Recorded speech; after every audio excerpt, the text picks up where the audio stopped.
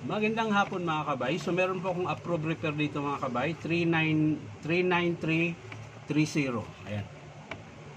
Bali ang papalitan mga kabay, switch. Ayan. Cord protector. Yan po yung kakabit natin dito sa drill na DWD024 1/2 capacity na DeWalt drill. So tara mga kabay, samahan nyo ako. So yan mga kabay, nakalas ko na po yung screw. So bubuksan na po natin mga kabay. Yun. Papalitan yung kanyang switch taka cord protector. Ayan. So kakalasin na natin mga kabay. Ayan.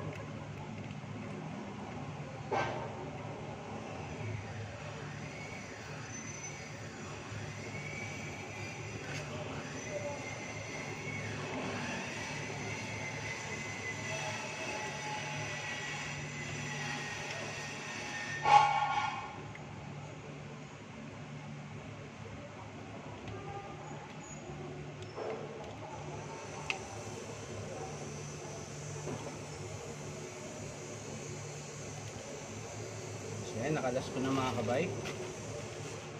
Nakalas ko na yung sa reverse. Ayan, unahin natin yung sa reverse.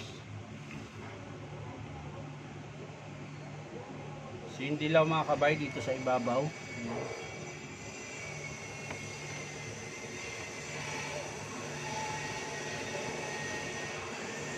Ayan.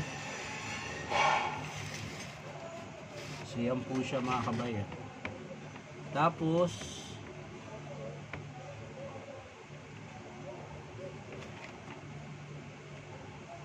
ito naman yung sa carbon mga kabay. Hindi, ito yung sa carbon yung dilaw. Tapos ito yung sa pin coil. Dito ito mga kabay.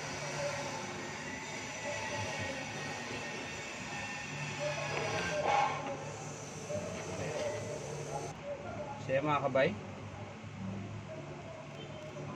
Dito naman yung sa isang field coil. Ayan. Dito yung sa yung field coil.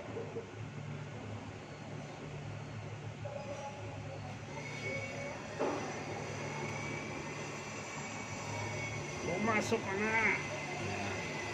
So yan po yung forma niyan mga kabay. So ito yung carbon. Carbon din sa ilalim. Field coil. Field coil din po yung sa baba. Tapos ang sunod mga kabay yung dalawang ito sa field coil din po mga kabay. Ito yung sa supply niya mga kabay. Ito yung sa kuryente. Yung dalawa.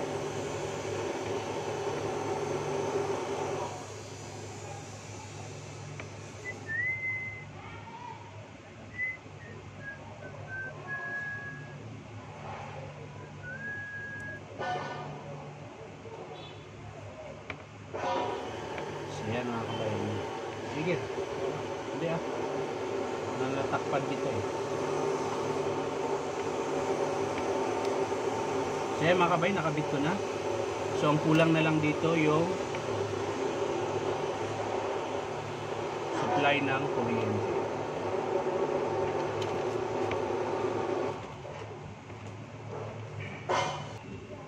So ayan mga kabay, kakabit ko na po yung kanyang bagong cord protector. Tapos dito sa switch mga kabay.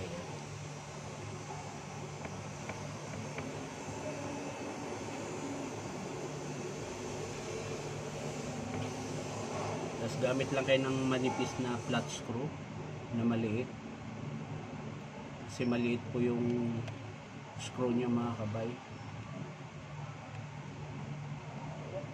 Minsan naman alin, naka-alin screw na mali. Ay, alin lang po, naka-alin.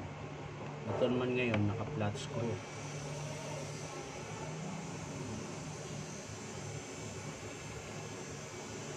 Ayan, sa kabila naman.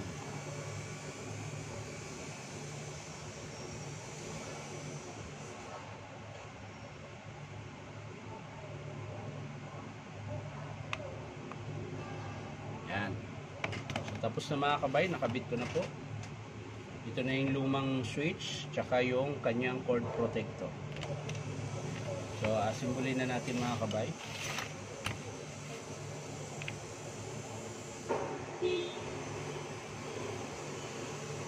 At asimbulin na natin nang matapos na po. Sasara na natin. So, yan na mga kabay, nakabit ko na po yung switch tsaka yung cord protector nya. Ayan. So yan na po yung tsura mga kabay. Ayan. So titesting na natin mga kabay kung ito pala, hindi makalimutan yung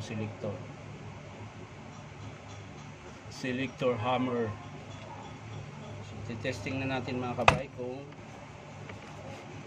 okay ba yung pagkakabit mga kabay, kung gumana na yung switch.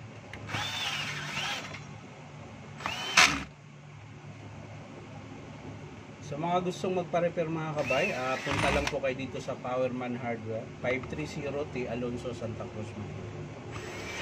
Hanapin nyo lang po yung Powerman Hardware, DeWalt. So yan mga kabay, titesting na po natin.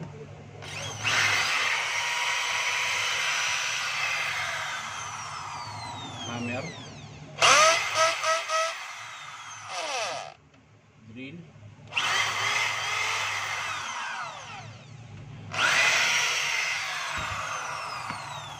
so okay na mga kabay, ang pinalitan lang po natin ay switch. Ayan, hindi na po siya bumabalik.